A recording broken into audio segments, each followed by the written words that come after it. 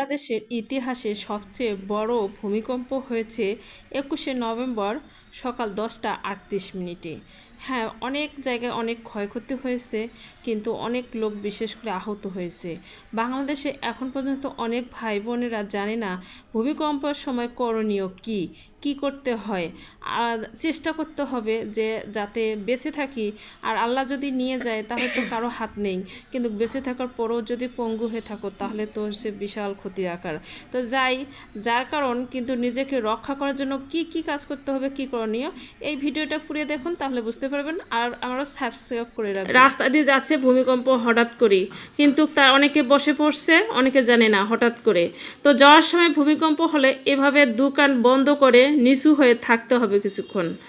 আবার দেখা যাচ্ছে যে অফিস থেকে বাইর হচ্ছে ভূমিকম্পর কারণে, যে টেবিলের নিচে দোকান বন্ধ করে মাথা নিচু করে থাকতে হবে। রাস্তা দিয়ে যাচ্ছে ভূমিকম্প হচ্ছে, যে দুই কান বন্ধ করে অনেকে এভাবে